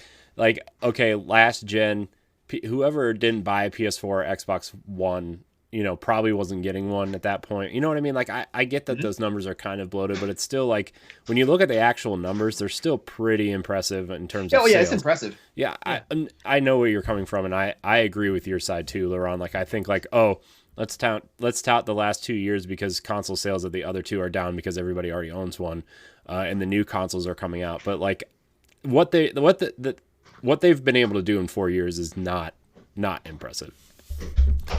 I mean, to me, it is impressive because of everybody thought everybody thinks that gaming is just Xbox or PlayStation. Every time I don't think so though. No, that's not true either. That's not true either. Like because Nintendo still is a name in everybody's mouths that are gamers. Yeah, it is. And maybe except for PC gamers. I mean, you know, PC gamers are a really arrogant bunch. Like the console is just is peasant gaming for them. But a lot of people think when the biggest titles are coming out, Nintendo's name in the past was never attached to me, and of course they didn't have those developers. Right now it kind of seems that when the game comes out, everybody is saying, is it going to be on the Switch? That hasn't happened to Nintendo in years. I think you're saying that because you're still mad about the Mass Effect. The Mass Effect. but there has been a lot of times that big name games that came out, and some people have asked, is there a Nintendo Switch version? You know, and it's surprising that when a game that is a big name that does come to Switch, people will at least try to pick it up. You know, they have a reason to play their Switch. Unlike me. Because that's it too. I had a phase where it's like I need to start buying some games for the system, or I just really wasted $300. I had that. But I've had that problem with damn near every Nintendo system I've had since after the GameCube, because the GameCube I bought games for because there was games they had that were coming out that I wanted for the GameCube. But GameCube was amazing. For the Wii, I had to sit down and like, I need to buy some games, or I can't, or I really haven't justified me spending the money, you know, on this system. The Switch had that problem too. The 3DS didn't have that problem for me. And that's LeRon. When and we'll move on to the next question. When I said that a lot of people who buy a lot of games or do a lot of the big gaming on Xbox and PS4 and PlayStation, I think now they do it on digital because there was a lot of digital sales. With Switch, it's kind of like a mixture of both, of people doing physical and digital, and even imported. Like when Switch first came out, PS4 and Xbox One also had region-free stuff, but nobody was importing stuff on those consoles. People were still importing stuff on their American Switch for Japan. So I think that's like kind of the unexpected stuff with Nintendo. I think Nintendo themselves wasn't prepared to see that these sales would be happening to their product like that. Nintendo has always been making money. Whether you like it or not, they have money in the bank. And even if people think that the Switch will fail, they got, I think, 10 billion yen in their account still ready to go to restart their whole business. Just a real fast, just go back to what Jesse was saying for a moment. I think the one thing I agree with you on is that if the Switch did the same performance as the Wii U did, Nintendo would have definitely pared down on all the gimmicky stuff, and they would have made a more traditional console, like something a la the GameCube, for example. They would have made a more traditional console. I don't think they would have dropped out of the console business because they know all they have to do is like launch another handheld. and that'll help get them the funds to do the R&D for their next console system. They would just because let's be honest with you. Like a lot of people do like the portable systems, but not everybody wants to play Mario Kart on a 3DS. Right. And Nintendo's handheld systems kept a lot of these third-party companies in business. Square Enix was in trouble with Final Fantasy 13, but Bravely Default helped them out. Monster Hunter kind of helped Capcom out, but there's some other things with Capcom that kind of kept them stay up. Nintendo did not help Capcom out with Monster Hunter. I'm saying with 3DS, like kind of helping Capcom stay afloat, because a lot of Capcom's games that was coming out during the time of Wii U, they were doing a lot of ports of like the Resident Evil, and even you, LeRon, said that there was too many Resident Evil ports. Like Resident Evil 4 have been ported out to everything. I think Resident Evil 1 though has more still. Right. And More in because there was the DS version where you swiped on the pad to use your knife. Oh no, swipe he's talking your about knife. the release of the same game, like of the GameCube. Yeah, but I mean it is still the same game. It's just had there's two different versions. There's two different versions of Resident Evil 1 though.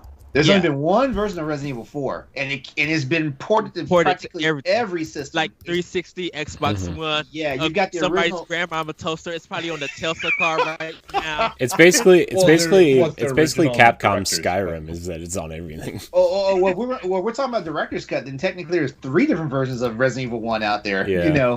Because the Resident Evil remake that launched on the GameCube. Like, it's been ported to a bunch of systems, but it has not been as universally ported as Resident Evil 4 has. Resident Evil 4 has gone backwards to some systems that aren't even relevant and have come out. That one came on Wii, and that was a surprise. It's like, wait, and it works. So I mean, it's a thing. It's a thing. Speaking of things. That was a good question. That was a really good question. Yes, Block. Thank you for our 20-minute discussion on this. 20 only? Hey, so maybe the Boss Rush podcast should now just be called the Boss Rush Forum. I mean, it might as well. Our next question comes from Jack Brow. He asks, what is your gaming accomplishment you're most proud of? Acquiring a Wii on launch day and acquiring an Xbox Series X. Yeah, I was gonna say acquiring a PS5, a launch edition PS5, like for that week, because I didn't technically get it day one, but I actually had access to it on day one. Yeah.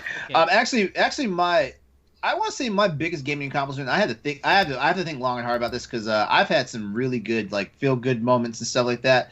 But honestly, when I was able to do an actual it's considered a speed run, but when I was able to actually get Super Metroid with all the requirements to get the best ending in a run, but also get every single item and device and still get that best ending, I think that's been my best accomplishment. I plugged a lot of time in Super Metroid. 100% under 3 hours. Ooh. Yes. Yeah. Yes.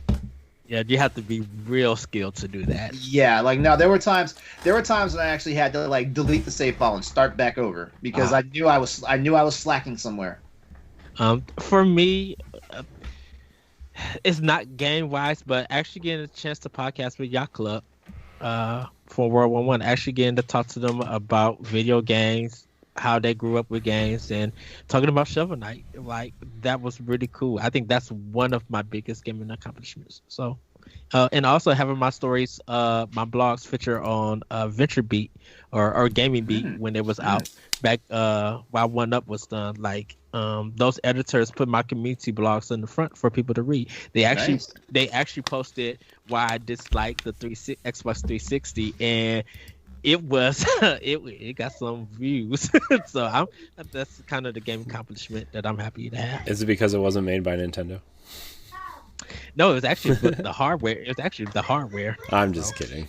He's always complaining about the Red Ring of Death. He's always complaining about it. Yeah. But I love the Xbox One. Jesse knows how I gush about the Xbox One, so I think it's way better than the 360, and I can't wait to get a Series X. For me, I honestly think Like I was trying to think of something as well, but like the only thing that really comes to mind is that first time that I got called in a nuke in Modern Warfare 2, like where because you had to get I think 30 kills in a row without dying in multiplayer, and I did it legitly and like Can I say, on console, Jesse, and that was awesome. Can I say, Jesse, your gaming accomplishment is beating just Resident Evil 4. I don't care if you don't like it or nothing, but you actually beat it. No, well, and that's all I care about, that you beat it. Yeah, well, like the thing is, I'm one of those people that I really want Resident Evil 4 remade, or like redone it, because I do like the story in it. It's the controls with that game. But I think me and LeRon said we don't care for the remake. If they do Resident Evil 4, that's fine. But I want Code Veronica to be remade. I'm surprised that's not next. They just need to stick to the continuity. In all seriousness, and the only reason, and honestly, the only reason why I think they even want to touch Resident Evil 4 is because like a lot of the Resident Evil fanboys just have like a giant boner for freaking Leon and Ada. That's all this is about. It's gonna be like It's probably gonna be like Final Fantasy VII, where like, like it will probably happen, but it will take forever. If they're doing the RE engine, please. I think they want. Yeah. The RE engine, is saving Capcom a lot of space. But I don't know. I think I was about to say. Code Veronica needs it because of the camera angles and the control. Well, I had some problems with that. Here's the thing about it. It doesn't make sense if they took the time and remade Resident Evil 2 and Resident Evil 3. Using basically the same type of gameplay style as Resident Evil 4, 5, and 6. Yeah. They've got one game sitting out there that needs to get touched like that, and that's Code Veronica. And also the fact that like other games games since Resident Code Veronica have pointed back to events historically in Code Veronica, so they need to get Code Veronica into more hands. The fact that it launched in the Dreamcast and then I know it made PS2. Did it make it to Xbox 360? No. It's only been on PS2 and Dreamcast. Yeah, and PC of course. Yeah, I think so. Yeah, Dreamcast is. Code Veronica is on the PC. So yeah. Okay. So it's also on Xbox via backwards compatibility. It's Code Veronica X, but yeah. I thought Code Veronica X was a multi-system. Yeah, I couldn't remember because it was made for Dreamcast, but then when the Dreamcast died, they put Code Veronica X on. I remember I had it for GameCube. I remember. Yeah. Did they add something to it or just? Yeah, I mean, there's some small changes, but Code Veronica X had like an extra like 20 minutes of gameplay and it was like a director's cut kind of version. Oh, yeah, okay. And it actually had a couple of different fight clips, like the first time Wesker and Chris mix up in that game. It's a much more involved movie scene. Okay, because I'm thinking just like the original Code Veronica. That was just like the Dreamcast one. Yeah, so. Yeah, that's the only one I really played was that one. Because it was one of my favorite on Dreamcast, just because I loved Resident Evil so much at that time, though. Hey Corey, what was your gaming accomplishment you're most proud of? I don't think I heard yours. I didn't say it yet. I mean, getting all 900 Korok seeds in Breath of the Wild. Yeah. But no, I got the Seriously achievement in Gears of War pretty quickly, which is like get 10,000 kills in multiplayer. But it was extremely difficult because their main multiplayer mode, you only had one life, and then you died, and then the rest of the match just went on until like the next match started. So that was pretty cool. I used to play a lot. Match? Yeah, 10,000 kills in one match. No, you had to do it over the course of like your time playing the multiplayer. Right. Okay. It was also the second game I got all 1,000 achievement points in, and the first one was Assassin's Creed 2. So. Oh, nice. So, I mean, those are just two kind of whatever. Also, yeah, I mean, it's kind of hard to think of. Yeah. Also, getting that first moment of triumph in Destiny 1 that first year, incredibly difficult challenge, but it was fun. Also, raiding in Destiny is also very rewarding. Yeah. See, the turns out I like Destiny, guys. Well, and the reason I picked Call of Duty, like, and I think why I continue to play them is like a lot of the times they have like just insanely difficult things that you have to try to achieve in order to unlock like those little badges that you can use for, you know, in next to your name or whatever. And some of those that, like where you've got to, like I said, like I had to get the 30 kills without dying, and then obviously you'd get a badge thing for that, for doing it, or getting like 20 kills without dying, or 10 kills without dying 10 times, or whatever, like all those kind of like achievement things. Like there was a lot of those really, really difficult ones like that I actually unlocked, and gotten it over the years, and I think it was mostly in the Modern Warfare games, because those are honestly the ones I played the most. But yeah. All right, our last question, guys, comes from Gio Bartholomew. He says, "Hey guys and gals, new to the show. Your email is really hard to write out. Consider a change. Anyways, I love the casual nature of the show and that it doesn't always pertain to gaming, but mostly. My question is a non-gaming one. What is your favorite streaming service and why? Thanks for all you do." Thanks for writing in, Gio. For me, it's Hulu. I like being able to catch the shows like the day after it comes out. Like I like their movie and anime selection, and their British stuff, and like some of the stuff that comes from Britain that I could go and catch it and watch. I enjoy also. But Hulu will be my number one. I would say I need to buy. Like I said, I want to get Funimation for Switch, because there's some anime that hasn't updated yet on Hulu. But yeah, I go to Hulu for my streaming stuff. Yeah, I was also gonna say Hulu Plus for me as well. Like I cut the cord on cable a few years ago and stuff like that, and anyone that has like any of these new TVs and stuff like that, like the antenna is not the best, and you have to go out and spend it for a good HD antenna, you have to spend like a good like $150, $200. So you can get everything. So like Hulu's the lifesaver for me, because at least I'm able to like catch my TV shows like on an 8-hour delay after they broadcast. Plus I get to watch our Star Trek on there. So you're only watching the old school Star Trek, because like the new stuff, like not with Paramount Plus coming out. I thought of CBS. Oh, they doing another one? CBS All Access is being rebranded to be called Paramount Plus. Oh, I did not know that. Yep. Yeah, because CBS did like a massive restructuring. They sold off their interactive, like they sold off CNET and Giant Bomb and GameSpot to Red Ventures, I think. So I know that from listening to the Giant Bombcast. I love that show. Yeah, me too. And second to that would be Amazon Prime Video, which I know like I'm probably going to get some ire in the emails or in mentions on social media, because Amazon is the company everybody loves to hate right now. But as far as like Amazon Prime Video and stuff, like that's where you go when you can't find the shows on Netflix or Hulu. That's where you go, and that's usually where they're at. Yeah, I'm not people like Amazon Prime, the video stuff. People, I don't know. People hate Jeff Bezos because of the fact that he's rich. Hey, man. Huh? I said, hey man, they're all my babies. Like I have all of them. I have Hulu, HBO Max. Look, Amazon delivers my packages sometimes the next day, so whatever. And he's rich for a reason. And sometimes you get the package you don't want, and it's a bonus. Yeah, right. It's better than what you ordered. I'm looking at you in that monitor of yours, Corey.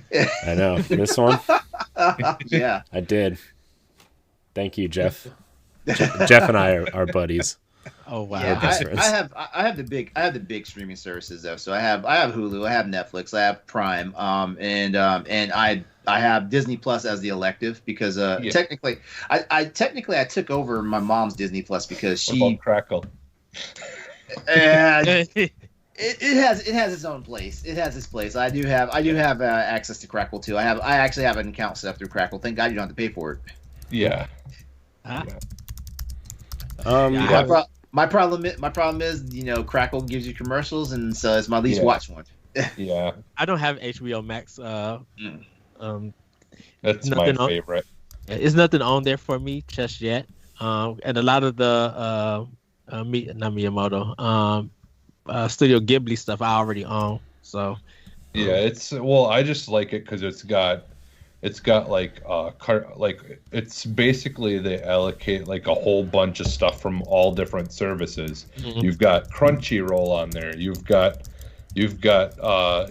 Cartoon Network. You've got the Studio Ghibli movies. You've got all the DC stuff. You got all the DC stuff. You've got like everything. Like all these services are all in one. And like is it that HBO and Warner got a deal for a lot of their stuff being on HBO? No, I mean they are like they're owned by Warner Brothers. From what I understand. I thought they were separate. When did Warner buy HBO? I thought they're part of the same thing. I think they're under the same parent company, just like it's Time just Warner. like how ABC, just like how ABC is owned by Disney. Yeah. Okay, yeah. I thought HBO was separate. I thought that was his own company. Warner Brothers. Everybody owns someone. It was like separate, but then because it's all under the same thing. That's why they changed to Max, is because they wanted to put all their properties all like have one area where everyone can go for all their properties, which is smart. So right, because they've like there's so much stuff on there, man. Now like there's so much stuff that like I just don't have the time to watch it all. Like all the South Park and everything's on there, and like just the anime stuff from Crunchyroll alone. There's so much stuff on there to watch. Like it's by far my favorite right now. Surprised that Crunchyroll is not on a lot of. I think it's on PlayStation. Crunchyroll is and Xbox. It's on everything pretty much. Well, it's not on Nintendo. Crunchyroll is coming to PlayStation. Like they just got the deal for it. Oh, okay. I guess I had thought it was already on there because I know it's on Xbox. No, not yet. No. Yeah. Well, guys. As a matter of fact, if I'm not mistaken, we reported on Crossroads that Sony's getting ready to completely acquire Crunchyroll. Yeah, because don't they already own Funimation? Yeah. They want to be like the front, the one stop. Yeah, for anime. Yeah. So. I mean, that's smart. I mean, hell, Microsoft snapping up all these studios. Yeah, all these developers. They might as well. You know what I mean? So, I mean, mine right now, I guess it's Disney Plus. I really like The Mandalorian. Big shocker. Big shocker is Disney Plus. If Ed's the Nintendo fanboy, Corey is the Disney fanboy. I know. I don't care. Can't help it. Whatever. No, I know there's no shame for you guys. I know there isn't. I like what really pulled me into Disney Plus though was the Disney Parks documentary that they did last year. The Imagineering story, which was amazing. Yeah. If you have Disney Plus, you should watch it. You should definitely watch it. It's what 6-7 parts. It's really good. So I like the Jeff Goldblum show too. Right. Was really good. I wanted to watch it, but we didn't get around to it. But it's good. Hey, Disney, stop being sissies. Let me see Song of the South. I've never seen it, but I want to see. Oh gosh. With all the problems with it. Yeah. No, the major problem is that it's a happy slave telling his owner's kids the story of Brer Rabbit and Brer Bear, and he's like happy to be a slave, and he sings Zippity Doo Dah. That's his like work song, and it's like, oh, man, there's that's where that song came from. I want to see it because you got to. Here's the thing about it: to be a person of color, you need to have access to both the good and the bad aspects of like your history and stuff like that. So that's what that is. And I know it's a stain on a lot of people's history. When I say a lot of people, I'm talking about in this case of Song of the South, like I know white people get like really upset and kind of self-conscious about how to deal with it and stuff like that. Mm-hmm. But I'm a Gen Xer. We grew up with like the most unpolitically correct stuff, so it's not going to offend me. I want to just see it one time. Yeah. I know Zippity Doodah, we inquiry class we used as a warm up. So it was just like, I mean, because when your black teachers are teaching you this song, they not teaching you the history of where it came from. They're just like, it's a vocal warm up, and that's it. Well, I wonder how many people even know. Like, I mean, like generally, like I wonder how many people know. Probably not a lot. Not a lot, honestly. So, well, gentlemen, this has been the show. Sorry, Logan. Yeah, it's been quite a show. Yeah. I want to thank everybody for watching live on Twitch. Remember, you can find us here every Saturday at whatever time we started today. What did we start at 1:30? Right here live. You can catch the show on Mondays on your podcast service of choice, or on our YouTube channel, or on our website. Check out our various family of shows. Ed, where can we find you? You guys can find me on Twitter at ThatBretcherCode. Check out Nintendo Pop Block on Mondays and Optional Opinion on SoundCloud. Jesse. You can find me almost everywhere as Phantom NXS. LeRon. All right. Same as Jesse. Catch me pretty much everywhere. Exodus 803. And don't forget to tune in Tuesday nights at 8 p.m. Eastern Standard Time for the Crossroads PlayStation Podcast. You can find me at IamCoinHD on Twitter. You can also find me on Tower Casuals, the Destiny podcast, Arsenal X. Like Jesse and I said, there's going to be some changes to that show, but we'll let you know that in the future. You can find all of our content on BossRushGames.com. Follow us on Twitter at BossRushNetwork. And until next time, we love you. Goodbye. Bye, everybody.